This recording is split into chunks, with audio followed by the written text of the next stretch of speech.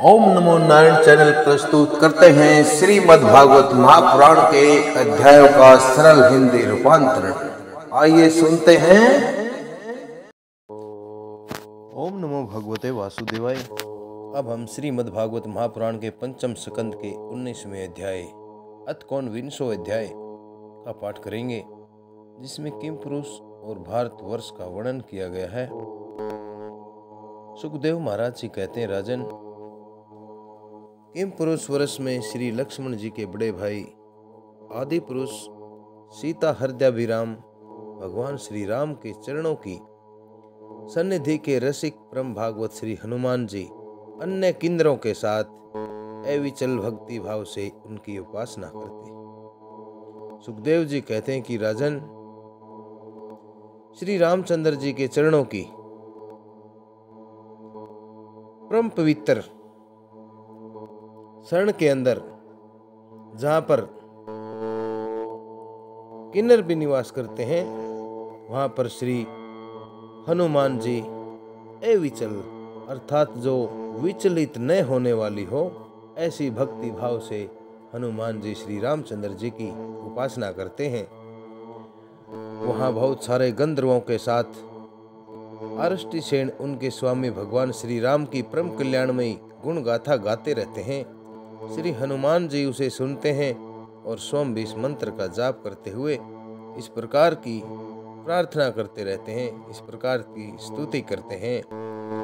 ओम नमो भगवते उत्तम श्लोकाय नमः, आर्य लक्षणशील वर्ताय नमः, उपशिक्षितात्मन उपासित लोकाय नमः, साधुवाद निकषणाय नमो,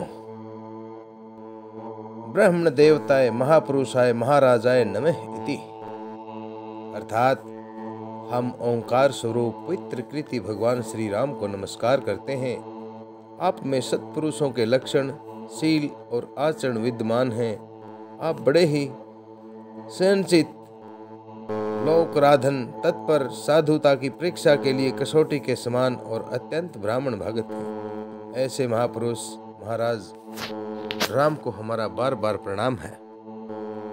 भगवान, आप विशुद्ध बोध स्वरूप अद्वितीय, अपने स्वरूप के प्रकाश से गुणों के कार्य रूप जागृत आदि संपूर्ण अवस्थाओं का निराश करने वाले सर्वंतरात्मा, परम शांत, शुद्ध बुद्धि से ग्रहण किए जाने योग्य, नाम रूप से रहित और अहंकार शून्य है। मैं आपकी शरण में हूँ प्रभु। आपका मनुष्य अवतार केवल राक्षसों के वध के लिए ही नहीं है, इसका मुख्य उद्देश्य तो मनुष्यों को शिक्षा देना है। अन्यथा अपने स्वरूप में ही रमण करने वाले साक्षात जगत आत्मा जगदीश्वर को सीता के वियोग में इतना दुख कैसे हो सकता था। आप धीर पुरुषों के आत्मा और प्रियतम भगवान वासुदेव हैं। त्रिलोकी की किसी भी वस्तु में आपकी आसक्ति नहीं है। आप न तो सीता जी के लिए मोह को ही प्राप्त हो सकते हैं और न ही लक्ष्मण जी का त्याग ही कर सकते हैं। आपके ये व्यापार केवल लोगों की शिक्षा के लिए ही हैं। लक्ष्मण अर्गज उत्तम कुल में जन्म, सुंदरता, वाक चातुर्य, बुद्धि और श्रेष्ठ योनि, इनमें से कोई भी गुण आपकी प्रसन्नता का कारण नहीं हो सकता। यह बात तो सिर्फ दिखाने के लिए ही आपने इन सब गुणों से रहित हम वनवासी वानरों से मित्रता की है। हम वनवासी बंदरों के साथ मित्रता की है। देवता, राक्षस, वानर और मनुष्य कोई भी हो, उसे सब प्रकार से श्री राम रूप आपका ही भजन करना चाहिए, क्योंकि आप नर रूप में साक्षात श्री हरि ही हैं और थोड़े किए को भी बहुत अधिक मानते हैं। आप ऐसे आश्रित वत्सल हैं कि जब स्वयं दिव्य धाम को सिधारे थे, तब समस्त उत्तर कौशलवासियों को भी अपने साथ ही ले गए थे। भारतवर्ष में भी भगवान दयावश नर नारायण रूप धारण करके संयमशील पुरुषों पर कृपा करने के लिए अव्यक्त रूप से कल्प के अंत तक तप करते रहते हैं। उनकी यह तपस्या ऐसी है कि जिससे धर्म, ज्ञान, वैराग्य, ऐश्वर्य, शांति और उपरति की उत्तर वृद्धि करके अंत में आत्म स्वरूप की उपलब्धि हो सकती है। वहां भगवान नारद जी स्वयं श्री भगवान के ही कहे हुए सांख्य और योग शास्त्र के साथ भगवान महिमा को प्रकट करने वाले 5 रात्र दर्शन का सावर्णी मुनि को उपदेश करने के लिए भारतवर्ष की वर्णाश्रम धर्मावलंबिनी प्रजा के साथ अत्यंत भक्ति भाव से भगवान श्री नर नारायण की पूजा करते हैं, उपासना करते हैं और इस मंत्र का जप तथा स्तोत्र को गाकर उनकी स्तुति करते हैं। ओम नमो भगवते उपसमशीलाय ओप्रतानात्माय नमो अकिंचन वित्ताय ऋषि ऋषभाय नर नारायणाय परमहंस परम गुरुवे आत्म रामाधिपते नमो नमः इति। अर्थात ओंकार स्वरूप अहंकार से रहित निर्धनों के धन शांत स्वभाव ऋषि परवर भगवान नर नारायण को नमस्कार है। वे परमहंसों के परम गुरु और आत्मा रामों के अधीश्वर हैं, उन्हें बारंबार नमस्कार है। यह गाते हैं जो विश्व की उत्पत्ति आदि में उनके कर्ता होकर भी कर्तव्य के अभिमान से नहीं बनते, शरीर में रहते हुए भी उसके धर्म, भूख, प्यास आदि के वशीभूत नहीं होते तथा दृष्टा होने पर भी जिनकी दृष्टि दृश्य के गुण दोषों से दूषित नहीं होती, उन असंग और विशुद्ध साक्षी स्वरूप भगवान नर नारायण को नमस्कार है। योगेश्वर हिरण्यगर्भ भगवान ब्रह्मा जी ने योग साधन की सबसे बड़ी कुशलता यही बतलाई है कि मनुष्य अंतकाल में देह अभिमान को छोड़कर भक्ति पूर्वक आपके प्राकृत गुण रहित स्वरूप में अपना मन लगावे। लौकिक और पारलौकिक भोगों के लालची मूढ़ मनुष्य जैसे पुत्र, स्त्री और धन की चिंता करके मौत से डरते हैं, उसी प्रकार यदि विद्वान को भी इस निंदनीय शरीर से छूटने का भय ही बना रहा तो उसका ज्ञान प्राप्ति के लिए किया हुआ सारा प्रयत्न केवल श्रम ही है। अतः अधोक्ष आप हमें अपना स्वाभाविक प्रेम रूप भक्ति योग प्रदान कीजिए, जिससे कि प्रभु इस निंदनीय शरीर में आपकी माया के कारण बदभूल हुई दुर्भेद अहंता ममता को हम तुरंत काट डालें। राजन, इस भारतवर्ष में भी बहुत से पर्वत और नदियां हैं, जैसे मल्य, मंगलप्रस्थ, मैनाक, त्रिकुट, ऋषभ, कोटक, कोलक, सहिया, देवगिरी, ऋष्यमुख, श्रीशैल, वेंकट, महेंद्र, वारीधार, विंध्य, शुक्तिमान, ऋक्षगिरी, पारयात्र, द्रोण, चित्रकूट, गोवर्धन, रैवतक, कुकुब, नील, गोकामुख, इंद्रकील और कामगिरी आदि। इसी प्रकार और भी सैकड़ों हजारों पर्वत हैं।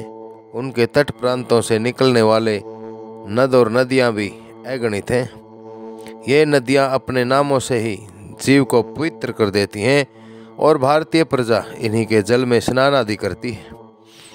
उनमें से मुख्य मुख्य नदियां ये हैं: चंद्रवसा, ताम्रपणी, अवटोधाकृतमाला, वहायसी, कावेरी, वेणी, पेशविनी, शर्करावर्ता, तुंगभद्रा, कृष्णा, वेणा, भीमरथी, गोदावरी, निर्विंध्या, प्योषणी, तापी, रेवा, सुरसा, नर्मदा, चर्मणवती, सिंधु, अंध और सोन नाम के नद महानदी, वेद स्मृति, ऋषिकुला, त्रिसामा, कौशिकी, मंदाकिनी, यमुना, सरस्वती, द्रष्टवती, गोमती, सरयू, रोदस्वती, सप्तवती, सोमा,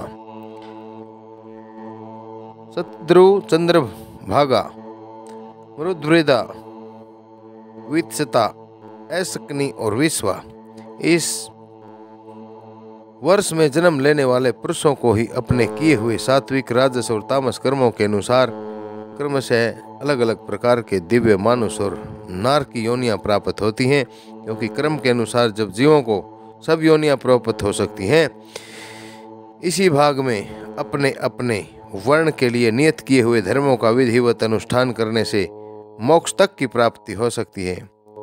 परीक्षित, संपूर्ण भूतों के आत्मा राग आदि द्वेषों से रहित अनिर्वचनीय निराधार परमात्मा भगवान वासुदेव में अनन्य और अहेतुक भक्ति भाव ही यह मोक्ष का पद है। यह मोक्ष पद है। यह भक्ति भाव तभी प्राप्त होता है जब अनेक प्रकार की गतियों को प्रकट करने वाली अज्ञान रूपी हृदय की ग्रंथि कट जाने पर भगवान के प्रेमी भक्तों का संग मिलता है। देवता भी भारतवर्ष में उत्पन्न हुए मनुष्यों की इस प्रकार महिमा गाते हैं। अहो, जिन जीवों ने भारतवर्ष में भगवान की सेवा के योग्य मनुष्य जन्म प्राप्त किया है, उन्होंने ऐसा क्या पुण्य किया है, अथवा इन पर स्वयं श्री हरि प्रसन्न हो गए हैं। इस परम सौभाग्य के लिए तो लगातार हम भी तरसते रहते हैं। हमें बड़े कठोर यज्ञ, तप, व्रत और दान आदि करके जो यह तुच्छ स्वर्ग का अधिकार प्राप्त हुआ है, उससे क्या लाभ है। यहाँ तो इंद्रियों के भोगों की यहाँ तो इंद्रियों के भोगों की अधिकता के कारण स्मृति शक्ति छीन जाती है। हमारी यादाश्त शक्ति है जो वो छीन चली जाती है।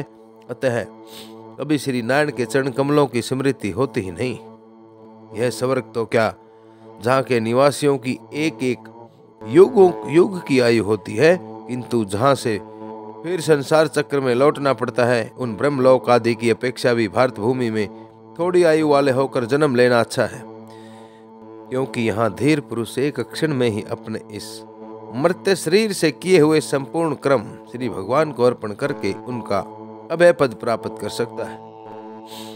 जहाँ भगवत कथा की अमृतमयी श्रीता नहीं बहती, जहाँ उसके उद्गम स्थान भगवत भक्त साधुजन निवास नहीं करते, और जहाँ नृत्य गीत आदि के साथ बड़े समारोह से भगवान यज्ञ पुरुष की पूजा अर्चना नहीं की जाती, वह चाहे ब्रह्मलोक ही क्यों न हो, उसका सेवन नहीं करना चाहिए, उसका भोग नहीं भोगना चाहिए।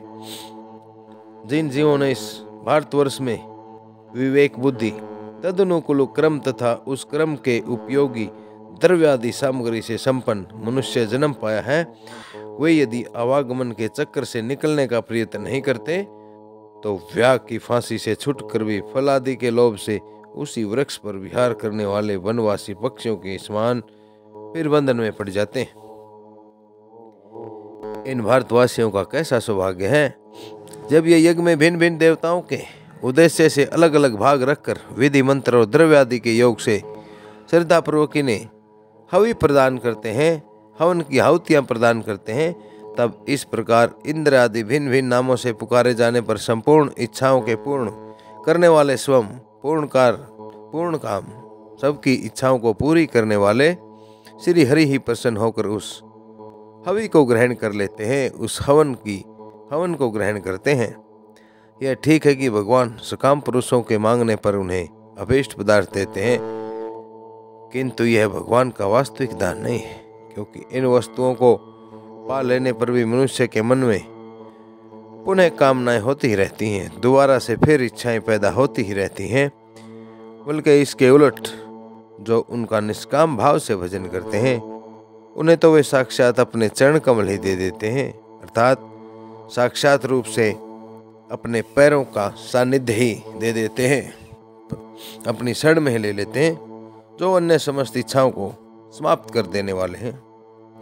अतः अब तक स्वर्ग सुख भोग लेने के बाद हमारे पूर्वकृत यज्ञ, प्रवचन और शुभ कर्मों से यदि कुछ भी पुण्य बचा हो, तो उसके प्रभाव से हमें इस भारतवर्ष में भगवान की स्मृति से युक्त मनुष्य जन्म मिले, क्योंकि श्री हरि अपना भजन करने वाले का सब प्रकार से कल्याण करते हैं। श्री सुखदेव ऋषि जी कहते हैं, महाराज परीक्षित, राजा सगर के पुत्रों ने अपने यज्ञ के घोड़ों को ढूंढते हुए इस पृथ्वी को चारों ओर से खोदा था। उससे जम्बू द्वीप के अंतर्गत ही 8 उपद्वीप और बन गए, ऐसा कुछ लोगों का कथन है।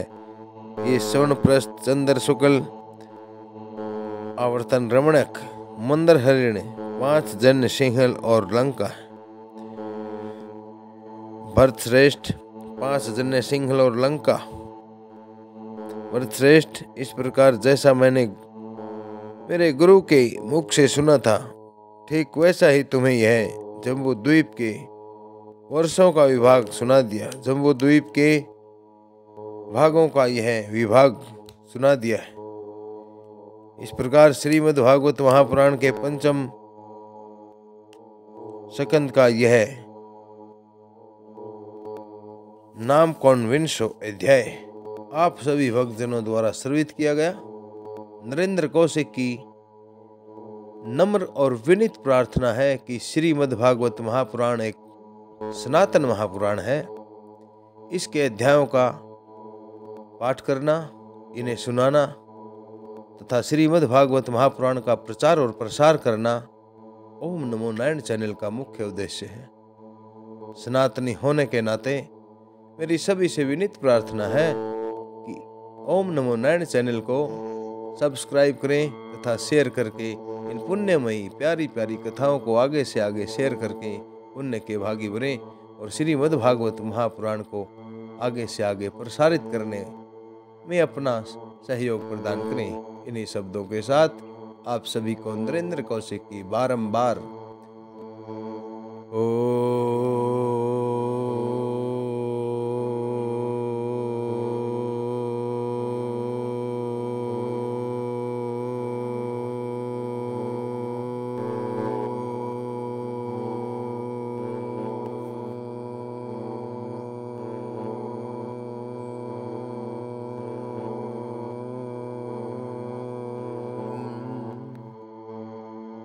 नमो भगवते वासुदेवाय। ओम नमो भगवते वासुदेवाय। ओम नमो भगवते वासुदेवाय।